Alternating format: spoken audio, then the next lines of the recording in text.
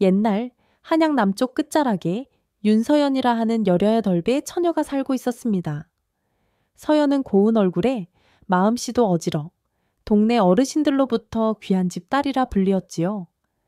그러나 하늘은 어찌 그리도 무정한지 아버지께서 갑자기 세상을 뜨시고 난 뒤로 서연의 집안은 하루아침에 기울어버리고 말았습니다. 마을 사람들의 눈총과 빛 독촉이 겹치자 서연 어머님은 눈물로 결심하셨지요. 고을 깊은 산골의 어느 집에서 혼처가 들어왔고 결국 서연은 얼굴 한 번 보지 못한 사내에게 팔려가듯 시집을 가게 되었습니다. 하지만 혼인한 사내, 곧 그녀의 서방은 중병을 앓는 이였고 거동조차 어려운 몸이었습니다. 첫날 밤부터 병시중으로 시작한 시집살이는 꽃 피기도 전인 처녀의 꿈을 앗아가고 말았지요. 시어머니는 병든 아들 걱정에 더하여 얼마 지나지 않아 세상을 떠났고 그 뒤를 따라 서방까지 숨을 거두었습니다. 그렇게 서연은 가 20살도 되기 전에 홀몸이 되고 말았지요. 몸은 아내였으되 마음과 육신은 한 번도 진정한 부부가 되어본 적 없던 그런 슬픈 과부였습니다. 몇 달 뒤 집안 농사일이 쌓이자 머슴 하나가 들게 되었습니다. 이름하여 장무진, 키는 훤칠하고 몸은 크고 다부져 나무를 쪼개든 곡식을 옮기든 순식간에 해치우는 장정이었습니다. 마을 아낙네들 사이에선 벌써 수군대기 위해 시작했지요. 새 머슴이 아주 사내다워 눈길이 가더라 하고 말입니다. 서연도 처음엔 그저 머슴이라 여겼습니다. 하지만 하루하루 그가 땀 흘리는 모습을 볼수록 괜스레 마음 한편이 두근거리기 위해 시작하였지요. 그러던 어느 여름날 무지는 오전 내내 일을 마치고 점심을 먹은 뒤 방으로 들어가 낮잠을 청했습니다. 날이 하도 더웠던지라 윗도리를 벗고 눕더니 잠결에 아랫도리마저 벗어버렸지요. 그때였습니다. 서연은 무진에게 시킬 일이 있어 무심코 그의 방으로 향했습니다. 문을 살짝 열고 안을 들여다본 순간 그녀는 눈이 휘둥그레졌지요. 아이고, 이게 무슨 꼴이람. 실오라기 하나 걸치지 않고 누워있는 무진의 모습에 서연은 깜짝 놀라 급히 문을 닫고 부엌으로 달려갔습니다. 얼굴은 익은 홍시처럼 붉게 물들고 가슴은 두근거려 숨을 고르기조차 힘들었습니다. 무심코 본 장면이 자꾸만 머릿속을 맴돌았습니다. 무엇보다도 무진의 사내로서의 그것은 처음 보는 서연의 눈에 너무도 크고 우람해 보였지요. 마치 절구에 하나를 세워놓은 듯하여 감히 눈을 뗄 수 없었고 그 생생한 장면이 잊히질 않았습니다. 그날 이후 서연은 밤마다 잠을 이루지 못하였습니다. 이불을 덮고 눈을 감을 때마다 무진의 모습이 떠올라 가슴이 두근거렸지요. 내가 어찌 이리도 부끄러운 생각을 하는 것이냐? 그래도 한 번쯤 더 보면 나쁠 것 없지 않을까?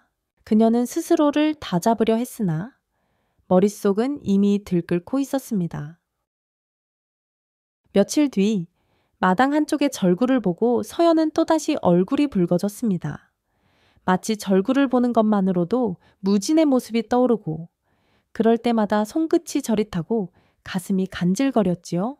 이러다간 내가 병이 나겠구나. 서연은 결국 꾀를 내었습니다. 어느 날 무진을 읍내장에 보내며 말하였습니다. 무진아, 장에 가서 무명천 세피를 사 오너라. 그리고 돌아오는 길에 주막에 들러 술 한 잔해도 좋다. 하지만 아무리 늦더라도 나를 꼭 깨우느니라. 그 말에 무진은 웃으며 길을 떠났고 해가 지고 밤이 깊은 후에야 돌아왔습니다. 안방으로 들고 온 무명천을 들고 서연을 불렀지만 그녀는 대답이 없었습니다. 마님 주무십니까? 무진은 안방 문을 살짝 열어보았습니다. 달빛 아래 하얀 속옷 하나만 걸친 채 곤히 잠든 서연의 모습이 고요하게 드러났지요. 그 순간 무진의 심장도 이상하게 빨라졌습니다. 늦더라도 깨우라 하셨으니 그는 조심스레 다가가 마님의 어깨를 살짝 흔들었지만 서연은 깨어나지 않았습니다.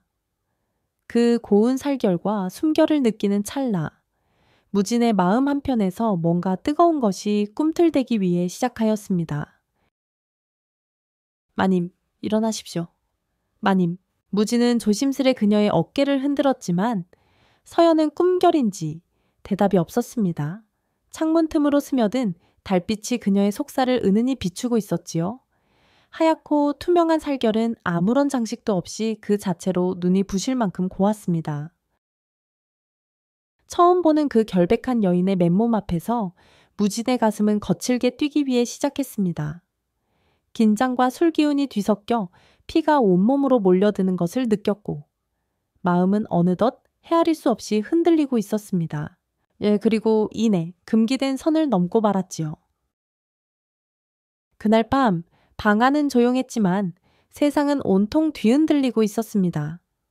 몸은 말할 수 없는 통증으로 뒤엉켰고 이불자락 아래엔 피처럼 붉은 꽃 한 송이가 피어 있었습니다. 선홍빛 장미 하나가 마치 여인이 된 그녀를 증명하듯 선명하게 스며 있었지요. 이제야 나도 진정한 여인이 되었구나. 다음 날 해가 중천에 떠오를 무렵 서연은 문틈 사이로 마당을 걷는 무진의 뒷모습을 바라보았습니다. 하지만 어찌된 일인지 그는 아무렇지 않은 표정이었지요. 마치 아무 일도 없었다는 듯 전날과 똑같은 태도로 일을 하고 밥을 먹고 말도 걸지 않았습니다. 그의 그런 태도에 서연은 마음이 복잡해졌습니다. 혹시 기억하지 못하는 걸까? 아니면 알고도 모른 척하는 걸까? 서연은 무진과 마주칠 때마다 얼굴이 붉게 달아올랐습니다. 무진이 한마디라도 해주었으면 좋겠는데 그는 그저 묵묵히 자기 일만 하였습니다. 밤이 되면 더욱 그리웠고 그날 밤의 열기와 떨림이 자꾸만 떠올라 혼자서 베개를 끌어안고 몸을 뒤척이기 일쑤였지요. 그러던 어느 날 서연은 마음을 다잡고 다시 한번 무진의 마음을 떠보려 하였습니다. 이번엔 조금 더 노골적인 방식으로. 그날 서연은 무진이 돌아오기 전 그의 방에 술과 안주를 곱게 차려 놓았습니다. 술상 위엔 작게 접은 종이 쪽지도 함께 놓여 있었지요. 거기엔 이렇게 적혀 있었습니다. 오늘 하루 고생 많아하소. 이 술 한 잔으로 피로를 푸시오. 무진은 마당으로 돌아와 술상을 보고는 의아해하면서도 조용히 자리에 앉아 술을 들이켰습니다. 혼자서 두 사발을 비우자 금세 볼이 붉어졌고 이내 마당으로 나와 소변을 보았습니다. 그러다 발밑에 떨어져 있는 마님의 속옷 한 장을 발견하였지요. 바람에 날려온 듯 마당 한가운데 놓여 있었고 무진은 그것을 집어들고 곧장 안채로 향했습니다. 마님, 여기 계십니까? 대답은 없었습니다. 문을 열어보니 방 안엔 다시금 시이로락이 하나 걸치지 않은 마님이 잠든 채 누워 있었지요. 달빛 아래 그녀의 맨살은 지난번보다 더 선명하고 더 유혹적으로 빛나고 있었습니다. 무진은 잠시 주춤했으나 술기운과 마음속의 혼란이 다시금 손을 움직이게 하였습니다. 그렇게 또 한 번 금기된 만남이 이루어졌지요. 그날 이후 서연은 몸과 마음 모두 황홀경에 빠졌습니다. 밤마다 기다렸고 낮이면 다시 그 밤이 떠올라 혼자 웃고 울기를 반복했습니다. 하지만 무진은 그날 이후에도 여전히 아무 말도 하지 않았습니다. 어젯밤은 잘 쉬었소. 서연이 조심스레 말을 건넸지만 무진은 고개를 숙인 채 나무 다듬기에 열중할 뿐이었습니다. 도대체 무엇이오? 기억을 못하는 것이오? 아니면 모르는 척하는 것이오? 서연의 마음은 갈피를 잡지 못하고 흔들렸습니다. 그렇지만 그녀는 분명히 느꼈습니다. 자신은 무전을 통해 비로소 여인이 되었고 그와 함께 있는 순간에 살아있다는 걸. 그날 이후 서연은 자주 무전을 위해 술상을 차려놓고 일부러 옷자락을 흘려놓고 불이 꺼진 방에서 그를 기다렸습니다. 그럴 때마다 무진은 어김없이 찾아와 아무 말 없이 그녀의 곁에 머물렀고 서연은 그가 기억하든 못하다는 더는 신경 쓰지 않았습니다. 그저 그가 온다는 사실 하나만으로 서연의 세상은 따뜻했고 그녀의 가슴은 살아있었습니다. 서연은 무진이 좋아하는 음식도 정성껏 해주었고 가끔은 닭을 잡아 찜해주기도 했습니다. 그는 맛있게 잘 먹었고 그것만으로도 서연은 기분이 좋았습니다. 서방에게도 못 받았던 마음을 이 머슴에게 다 주고 있구나. 그녀는 인제야 처음으로 남자를 사랑한다는 게 어떤 감정인지, 그리고 그 감정이 몸으로 전해질 때 얼마나 뜨거운지 알아가고 있었습니다. 무지는 달랐습니다. 몸을 나누기 전에 마음을 주었고, 마음을 준 뒤엔 온몸을 아낌에 없이 바쳤지요. 비록 머슴이었지만 서연에게는 세상 그 누구보다도 의지할 수 있는 사내였고, 그 이름을 부르는 것만으로도 가슴이 뛰었습니다. 부진아? 그 이름을 부를 때마다 서연의 목소리는 조용히 떨렸습니다. 그를 바라보는 눈길에는 더는 머슴과 안주인의 거리가 없었지요. 그렇게 몇 해의 묵은 겨울이 지나고 햇살이 다시 따사롭게 내려앉던 어느 봄날이었습니다. 집안의 병조의 군사들과 사병들이 갑작스레 들이닥친 것입니다. 이 집에 머슴으로 들어온 장무진, 이라 하는 자가 있지 지금 어디 있느냐. 그 말에 서연의 등골이 오싹해졌습니다. 단박에 눈앞이 아찔해졌고 피가 얼굴에서 쑥 빠져나가는 느낌이었지요. 지금 밭에 나가 있어요. 입술이 달싹였지만 그 말은 끝내 입 밖으로 나오지 않았습니다. 무진이란 자가 왜 무슨 일로 그러시는 겁니까? 그러자 병사 하나가 단호히 말하였습니다. 그건 기밀이오. 하지만 중죄인이면 틀림없소. 숨기다 발각되면 마님도 무사하지 못할 것이오. 그 말이 끝나자마자 사병 몇 명이 장터 쪽으로 달려나갔습니다. 그 틈을 놓치지 않고 서연은 뒷마당을 돌아 밭으로 달려갔습니다. 숨이 턱 밑까지 차올랐고 들풀을 헤치며 뛰는 발끝엔 절박함이 매달려 있었지요. 부지나 장무진, 밭둑 아래에서 삽을 들고 일하던 무진은 놀란 눈으로 고개를 들었습니다. 마님, 어찌 여기까지 무슨 일입니까? 서연은 한 걸음에 다가가 그의 소매자락을 붙잡았습니다. 그 눈빛에는 말하지 않아도 모든 것이 담겨 있었습니다. 병조 군사들이 널 찾고 있어. 이대로 가만히 있다간. 무진의 눈빛이 짧게 흔들렸습니다. 이제 여기엔 돌아올 수 없을 것 같습니다. 마님, 부디 잊고 살아주시옵소서. 부진아, 내가 어찌 너를 잊는단 말이냐. 나는 이제 너 하나밖에 없단다. 서연은 울먹이며 그의 팔을 붙잡았지만 무진은 짧은 숨을 내쉬며 조용히 그녀를 끌어안았습니다. 마님, 더는 말씀 말아주십시오. 나도 말하면 무너질 것 같습니다. 그는 그녀를 껴안은 채 입술을 맞추었고 둘의 입술 사이엔 봄바람이 잦아들고 있었습니다. 그렇게 애달픈 이별에 입맞춤을 남긴 뒤 무진은 뒷산 너머로 사라졌습니다. 그 뒷모습을 바라보는 서연의 두 눈에는 눈물이 넘실거렸습니다. 아무리 꾹 참아보아도 눈물은 고여있다가 결국 두 뺨을 타고 흘러내렸습니다. 집으로 돌아오니 병조의 군사들이 그녀를 기다리고 있었습니다. 마님, 장우진을 숨기셨지요. 어서 부르십시오. 그런 일 없소이다. 그가 어디 있는지 모릅니다. 말로 하지 않겠다면 관하로 모셔야겠습니다. 그리하여 서연은 사슬에 묶인 채 끌려갔고 관에서는 차디찬 고문이 이어졌습니다. 등과 허벅지, 손등에 장대가 내리쳤고 피가 배어나온 곳으로 소금물을 들이부었습니다. 비명은 곧 절규가 되었고 정신은 여러 번 끊겼다 돌아왔습니다. 대답하시오. 무진이 있는 곳을 대시오. 아니면 다음은 사지를 찢겠소이다. 서연은 피투성이가 된 채 속삭이듯 말했습니다. 나는 정말 모른다고 하였소. 그 시각 외진 산속에 있는 오두막 안 문이 조심스레 열리더니 검은 도포를 입은 사내가 안으로 들어왔습니다. 왔는가? 장수? 그는 고개를 숙인 채 말했습니다. 예, 박장수. 광운들이 벌써 이곳까지 냄새를 맡고 왔습니다. 이제 오래 숨어 있을 수 없을 듯합니다. 그 사내, 바로 장우진이었습니다.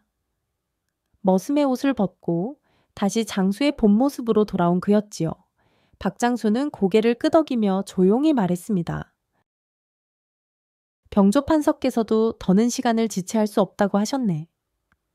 용환 대군이 조정을 장악하고 이제는 주상께 하야를 요구할 기세라네. 이대로 두면 나라가 무너질 것이야. 무진의 눈빛은 이미 흔들림이 없었습니다. 그렇다면 이제 때를 잡아야겠군요. 그래, 자네가 움직이면 나도 10명의 장수와 함께 기습에 들어가겠다. 증좌만 확보할 수 있다면 우리는 명분이 생긴다. 영환의 영모를 증명할 문서를 반드시 찾아야 하네. 무진은 조용히 칼자루를 쥐었습니다. 그는 더 이상 머슴이 아니었습니다. 그리고 이 싸움은 단지 나라를 위한 것이 아니라 사랑하는 여인을 지키기 위한 마지막 선택이기도 했습니다. 달은 조금씩 어두워지고 있었습니다. 멀리서 개기월식을 알리는 징조가 시작되었고 검은 어둠 속에 들숨날숨처럼 숨죽인 사람들이 움직이기 위해 시작했습니다. 용환대군의 야욕은 피를 원했고 그 피를 막을 자는 이제 머슴이 아닌 검은 갓의 장군, 장무진 뿐이었습니다. 임금께서는 마침내 결단을 내리셨습니다. 평판, 자네만은 믿겠소. 용환대군의 치부를 밝혀내게 확실한 증좌 없이는 군을 움직일 수 없으니 반드시 그의 죄상을 밝혀야 하오. 그리하여 병조판서는 비밀리에 특수임무만을 전담하는 장수들을 소집하였습니다. 포도청도, 한성부도, 의정부도 이미 영환의 소나귀에 들어갔다. 믿을 수 있는 건 병조뿐이다. 그 밤, 불 밝혀지지 않은 병조청 내 밀실에서 박장수와 장우진을 포함한 18명의 장수들이 고개를 숙이고 있었습니다. 증자를 찾아야 병력을 움직일 수 있다. 그렇지 않으면 그대들과 나 모두 목이 달아날 것이네. 박장수는 무거운 목소리로 말을 이었습니다. 3일 뒤 칠흑 같은 개기월식이 시작된다. 달빛이 사라지는 그 순간이 기회다. 장무진 장수는 10명을 이끌고 적진을 유인하라. 내가 남은 10명으로 대군의 처소에 침투하여 문서를 확보하겠네. 장무진은 검은 도포를 입고 조용히 고개를 끄덕였습니다. 목숨을 걸 준비는 이미 끝났습니다. 드디어 개기월식의 밤이 다가왔습니다. 하늘은 먹물을 뿌린 듯 어두워졌고 달빛은 차츰 사라져만 갔습니다. 마치 모든 이의 숨소리조차 사라진 듯한 정적 속에서 두 개의 그림자가 움직이고 있었지요. 한 조는 장무진, 또 다른 조는 박장수. 장무진은 허름한 행상복장을 한 채 저작거리로 들어섰고 뒤를 따르던 부하들은 마치 떠돌이처럼 어깨를 움츠린 채 골목 어귀마다 흩어져 있었습니다. 들었다. 대군의 집에 의심스러운 자들이 숨어든다더라. 그런 소문이 흘러나오자 용환 대군의 사병들은 밤을 뚫고 움직이기 위해 시작했습니다. 그들의 시선은 점차 장무진 쪽으로 쏠렸고 얼마 지나지 않아 수십 명의 병력이 장무진 일행을 추격하기 위해 시작했습니다. 지금이다. 장무진은 짧게 말하고 몸을 틀었습니다. 그는 일부러 도망치듯 허둥지둥 골목으로 빠졌고 사병들은 소리를 지르며 뒤를 쫓았습니다. 그 순간 반대편 골목 어귀에서는 박장수의 조가 조용히 용환대군의 저택담을 넘고 있었습니다.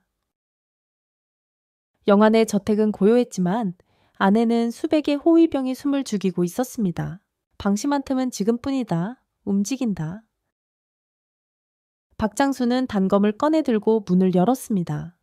안채로 들이닥친 그들은 한치의 망설임도 없이 사병들을 제압했고 호위무사 하나가 칼을 겨누자 그대로 손목을 베어 넘겼습니다. 용환 대군, 지금 이 자리에서 체포한다. 반역을 꾀한 증거를 내놓거라. 방 안에서 화려한 비단옷을 입은 용환 대군은 차가운 미소를 지으며 말했습니다. 내 놈들이 감히 어찌 들어왔느냐? 내 놈들 살아서 나갈 줄 아는가? 그러나 그 말이 끝나기도 전에 당장 내놓지 않으면 이 자리에서 목을 치겠다. 어느새 등 뒤에서 들려온 목소리, 그건 장우진이었습니다. 그는 이미 추격하던 사병들을 따돌리고 남쪽 벽을 넘어 이곳까지 도달한 것이었습니다. 그의 눈은 살기로 가득했고 손에 들린 검은 벌써 베일 준비가 되어 있었습니다. 용환대군의 눈빛이 살짝 흔들렸습니다. 예오, 알았다. 병풍 뒤. 그림 속이다. 거기 숨겨두었다. 박장수는 서둘러 병풍을 젖혔고 그림 속에 감추어진 비밀스러움을 열어보았습니다. 그곳엔 비단으로 쌓인 봉투 하나, 병조 판서와 임금 폐하의 하야를 강요하라는 구절이 새겨진 친필 문서가 들어 있었습니다. 찾았다. 증자 확보. 그러나 그 순간 포비하라. 바깥에서 외침이 들려왔습니다. 영환의 사병 수백 명이 이미 둘러싸고 있던 것이었습니다. 이대로는 빠져나갈 수 없다. 장무진 장수, 증자를 갖고 먼저 빠지게 우린 뒤를 막겠네. 아닙니다. 함께 나가야 합니다. 아니다. 이 증자가 세상에 밝혀지지 않으면 우리의 모든 죽음은 헛것이 되네. 박장수는 웃으며 등을 내보였습니다. 가게. 난 여기서 시간 벌겠다. 장무진은 이를 악물고 증자를 품속에 감춘 채 담장을 향해 몸을 날렸습니다. 화살 수십 개가 날아들었지만 그는 기어이 담을 넘어 골목 안으로 사라졌지요. 그의 등 뒤로 칼 부딪히는 소리와 함성, 그리고 피비린내가 밤을 갈라 울려 퍼지고 있었습니다. 그날 밤 한성부는 조용했지만 진실은 어둠 속을 뚫고 움직이고 있었습니다. 그리고 장무진은 증자를 품은 채 다시 윤서연이 있는 곳으로 향하고 있었습니다. 천군 만마가 한양으로 밀려들었습니다. 병조판서가 임금의 밀지를 받아 수천의 병력을 이끌고 기습하자 용환대군의 세력은 순식간에 무너졌고 그날 밤 반역자는 철새에 묶인 차에 대궐 앞들에 꿇어 앉게 되었지요. 공은 컸습니다. 박장수와 장무진은 각각 장군의 깃발을 받아 조정에 이름을 올렸고 장무진은 검은갓 대신 청룡깃이 새겨진 갑옷을 입게 되었습니다. 그러나 그의 발길은 권력도 영광도 아닌 단 하나의 사람을 향하고 있었습니다. 윤서연. 말을 달릴수록 가슴이 무겁게 요동쳤고 마침내 고향 마을이 보일 즈음 그는 온몸에 피가 거꾸로 솟는 듯한 소식을 듣게 되었지요.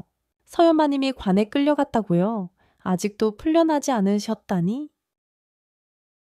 장무진은 단숨에 말을 돌려 관하로 향했습니다. 칼집도 풀지 않은 채 대문을 박차고 들어선 그는 번듯한 이영 장군의 문패를 내밀며 외쳤습니다. 윤서연 여인을 이곳에 가두었다 들었다. 지금 당장 풀어놓으시오. 이봐라, 누가 이 자를 막아라. 사또가 소리치자 칼을 꺼내며 쏘아붙였습니다. 나는 병조의 이영 장군이요. 왕명을 받들어 영모를 진압한 자다. 그 여인은 아무 죄도 없다. 내 앞을 가로막는 자. 누구든 베어버릴 것이오. 장검이 번뜩이자 눈빛 하나에 주춤했습니다. 이내 사또는 땀을 뻘뻘 흘리며 허둥지둥 옥사로 안내하였지요. 서연아, 옥사 안. 윤서연은 말라비틀어진 채 누워 있었습니다. 손발은 굳고 입술은 바싹 말라 있었으며 온몸엔 피멍과 생채기, 고문 흔적이 그대로 남아 있었습니다. 이보시오. 어서 의원을 불러오시오. 당장이다. 장무진이 소리치자 허겁지겁 의원을 데려왔고 의원은 서연의 맥을 짚다 말고 고개를 저었습니다. 오, 아깝습니다. 너무 심하게 맞았고 며칠째 먹지도 못했습니다. 살려내기 어렵습니다. 안 돼. 반드시 살려야 하오. 어떤 방법이든 쓰시오. 저 같은 촌의원은 여기까지입니다. 궁중 어이가 아니라면 불가능하오. 잠시 침묵이 흘렀습니다. 좋소. 내가 데려오겠소. 궁예가 오기 전까지 제발 그녀 곁을 지켜주시오. 장무진은 곧장 말을 달려 군구로 향했습니다. 병조판서를 직접 찾고 임금 앞에 무릎을 꿇은 끝에 마침내 어이를 데리고 마을로 되돌아왔습니다. 밤은 이미 깊었고 서연의 숨결은 희미해지고 있었습니다. 어이는 곧바로 맥을 짚고 침을 놓기 위해 시작했습니다. 손끝, 발끝, 명치 아래, 정수리까지 온몸 곳곳에 수십 개의 침이 꽂혔고 어이의 입에는 땀이 비오듯 흘러내렸습니다. 이것이 마지막입니다. 이제는 하늘의 뜻에 맡겨야 합니다. 그 말을 들은 장무지는 옆에서 고개를 숙이고 속삭였습니다. 서연아, 미안하오. 말 한마디 못 건네고 좋아한단 말도 사랑한단 말도 다 삼켜버렸소. 그는 조심스레 그녀의 손을 쥐었습니다. 차디찬 손끝에 자신의 천을 옮겨주려는 듯 꼭 감싸 쥐었습니다. 그 순간 한 방울의 눈물이 그의 뺨을 타고 흘러 그녀의 입술로 똑 하고 떨어졌습니다. 그리고 기적처럼 그녀의 손가락 하나가 아주 미세하게 움직였습니다. 움직였다. 어서 다시 맥을 보시오. 어이가 다시 손을 대니 희미했던 맥박이 아주 약하게 남아 다시 살아나고 있었습니다. 예, 살 수 있습니다. 단, 완전히 회복하려면 긴 시간이 걸릴 겁니다. 그리고 기억은 돌아오지 않을지도 모르오. 그날 밤, 장무지는 서연의 머리맡을 지키며 한 번도 눈을 붙이지 않았습니다. 사랑한다는 말 한마디가 생을 불러오는 기적이 될 줄 그제야 알았던 것이지요. 그날 밤 장무지는 서연을 끌어안고 오열하였습니다. 말없이 울고 또 울며 그녀의 이름을 수없이 불러보았습니다. 서연아, 서연아.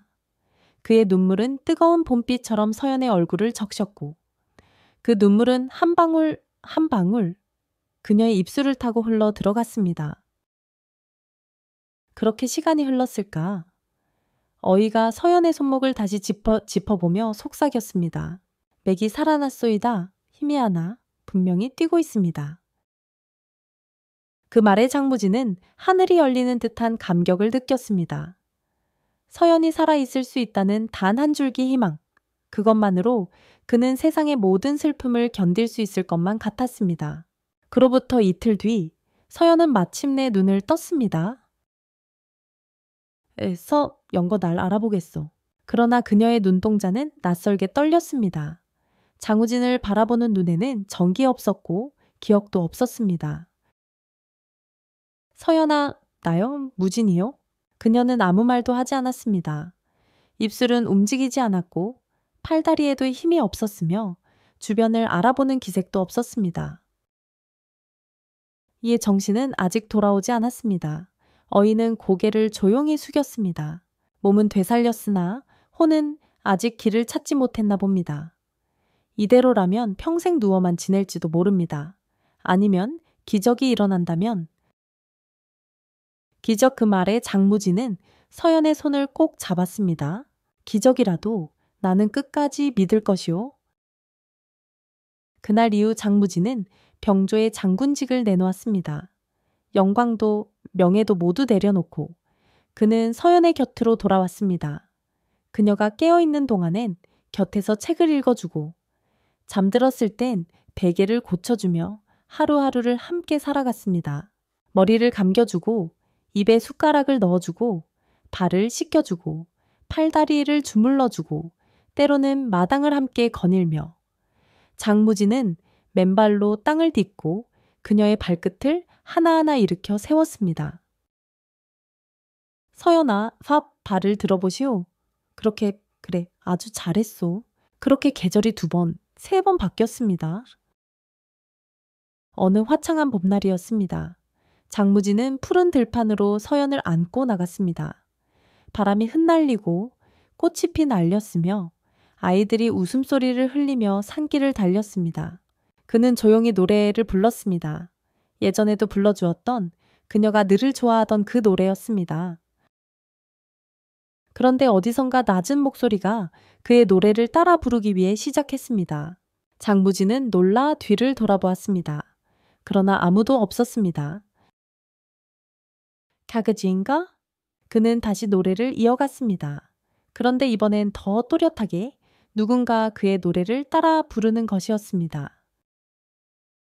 놀란 마음에 그는 다시 뒤를 돌아보았습니다. 그리고 이번엔 조심스럽게 안고 있던 서연의 얼굴을 내려다보았습니다. 서연아. 서연의 입술이 미세하게 떨리고 있었고 그녀의 목소리가 흘러나왔습니다. 노래 참 예쁘네요. 장무진의 눈에는 금세 눈물이 맺혔습니다. 숨을 멈춘 듯 그녀의 눈을 바라보며 물었습니다. 정신이 돌아온 겁니까? 서연은 고개를 약하게 끄덕였습니다. 기억은 잘 모르겠어요. 그런데 당신을 보면 마음이 따뜻해져요. 너무 소중한 사람이라는 느낌이 들어요. 그 말을 들은 장무진은 더는 참지 못하고 그녀를 와락 끌어안았습니다. 기억이 없어도 좋소. 당신의 마음이 살아있다면 그걸로 충분하오. 서연은 조금씩 천천히 다시 태어났습니다. 걷는 법을 익혔고 말도 또박또박 하기 시작했습니다. 기억은 돌아오지 않았지만 장우진과의 하루하루가 그녀 안에 새로운 추억으로 쌓여갔습니다. 무진님, 오늘은 어떤 노래를 들려주실 건가요? 오늘은 봄꽃이 흐드러지니 봄의 노래를 불러야겠지요. 어느 날 장무진은 고요한 달밤 아래 그녀 앞에 무릎을 꿇고 말했습니다. 서연아, 이제 나는 당신 없이는 단 하루도 살 수 없소. 나와 혼인해 주시겠소. 서연은 미소를 지으며 조용히 대답했습니다. 기억은 사라졌지만 마음은 처음부터 당신이었어요. 그 사랑 받아들이겠습니다. 그리하여 두 사람은 혼례를 올렸습니다. 남몰래 피로 맺어진 인연이 눈물로 씻겨 마침내 사랑으로 피어났습니다.